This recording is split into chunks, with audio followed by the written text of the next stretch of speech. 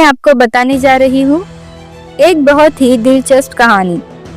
ये कहानी है हमारे भारतीय सिनेमा के 3 सबसे महान गायकों की, मोहम्मद रफ़ी साहब, लता मंगेशकर जी और आशा भोसले जी। इनकी आवाज़ों में जो जादू था वो तो हम सब जानते हैं, लेकिन इनकी जिंदगी में भी बहुत से ऐसे किस्से हुए जो कम लोग जानते होंगे। ये कहानी है दोस्ती की, थोड़ी सी अनबन की और उन गहरे विवादों की जिन्होंने इनके रिश्ते को हमेशा के लिए बदल दिया। चलिए किस्सा शुरू करते हैं रफ़ी साहब और मंगेशकर बहनों के रिश्तों से। हाल ही में रफ़ी साहब के बेटे शाहिद रफ़ी ने कुछ बातें बताई जो थोड़ी चौंकाने वाली है। उनका कहना है कि उनकी नज़र में लता जी और आशा जी दोनों को रफ़ी साहब की इतनी पॉपुलैरिटी से थोड़ी जलन थी। शाहिद का दावा है कि इस जलन की वजह से दोनों बहनों ने मिलकर कुछ ऐसा किया जिससे रफ़ी साहब के करियर का नुकसान हो। आपने शायद आशा जी को कोई इंटरव्यू में ये कहते हुए सुना होगा कि वो अपने गानों में हमेशा कुछ न कुछ नयापन लाती थी। वो अपनी गायकी को और बेहतर बनाने की कोशिश करती थी। इसके उलट वो कहती थी कि रफ़ी साहब सिर्फ वही गाते थे जो संगीतकार उनसे कहते थे। उदाहरण के लिए आशा जी ने 2 बहुत ही मशहूर गानों का जिक्र किया। पहला, आजा आजा मैं हूँ प्यार तेरा। इस गाने के बारे में आशा जी ने दावा किया कि उन्होंने अपनी गायकी में एक खास तरीके का इस्तेमाल किया जिससे गाना बहुत शानदार बन गया। इस पर पंचम दा यानी आर.डी. बर्मन इतने खुश हुए कि उन्होंने निर्माता नासिर हुसैन के साथ 500 की शर्त भी लगाई कि इस गाने को वो रफ़ी साहब से बेहतर गा सकती हैं। आशा जी ने कहा था कि वो ये शर्त जीत गई और रफ़ी साहब हार गए। और दूसरा गाना था इशारों इशारों में। इस गाने के बारे में आशा जी का कहना था कि रफ़ी साहब ने इसे बिल्कुल सीधा साधा गा दिया था जिससे शम्मी कपूर साहब उनसे नाराज हो गए। पर दोस्तों, क्या इन बातों में पूरी सच्चाई है? मोहम्मद रफ़ी के बेटे शाहिद रफ़ी इन सभी बातों से बिल्कुल सहमत नहीं है। वो कहते हैं कि उनके अब्बा हर गाना बहुत दिल से गाते थे। वो सिर्फ लिरिक्स पर ही ध्यान नहीं देते थे, बल्कि गाने की सिचुएशन और फिल्म के हीरो के किरदार को भी समझते थे। इसी वजह से उनकी गायकी में एक अलग ही जान आती थी। अगर आप ये गाने सुने तो आपको भी लगेगा कि रफ़ी साहब की आवाज़ में कोई कमी नहीं है। आजा आजा जैसे गाने में उनकी आवाज़ में जो जोश है वो सुनकर क्या आप कह सकते हैं कि उन्होंने इसे बिना मेहनत के गाया होगा? ये भी सोचने वाली बात है कि जिस गाने को रफ़ी साहब इतने शानदार तरीके से गाते हैं, क्या इतने बड़े संगीतकार और निर्माता उस गाने में कोई कमी छोड़ सकते थे? मुझे तो नहीं लगता। रफ़ी साहब और लता जी के बीच भी सब कुछ हमेशा ठीक नहीं रहा।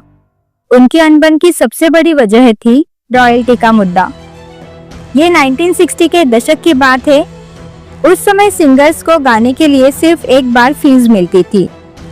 उसके बाद उस गाने से जो भी कमाई होती थी उसमें उनका हिस्सा कोई नहीं था। लता जी ने इस बात पर अपनी आवाज़ उठाई। उनका मानना था कि जब संगीतकारों को रॉयल्टी मिलती है तो हमें क्यों नहीं। लता जी को उम्मीद थी कि रफ़ी साहब इस लड़ाई में उनका साथ देंगे, पर ऐसा नहीं हुआ। रफ़ी साहब का मानना था कि हम कलाकारों को अपनी कला के लिए एक बार पैसा मिल गया तो बात खत्म हो गई।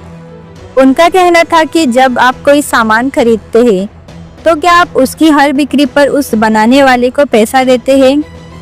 इसी बात पर दोनों के बीच एक बड़ी बहस हो गई। गुस्से में आकर रफ़ी साहब ने कह दिया कि वो आज के बाद लता जी के साथ कभी नहीं गाएंगे। इस पर लता जी ने भी तुरंत जवाब दिया कि मैं भी आज के बाद आपके साथ नहीं गाऊंगी। और इस तरह संगीत की दुनिया के इन 2 महान सितारों ने करीब 3 साल तक एक साथ कोई गाना नहीं गाया।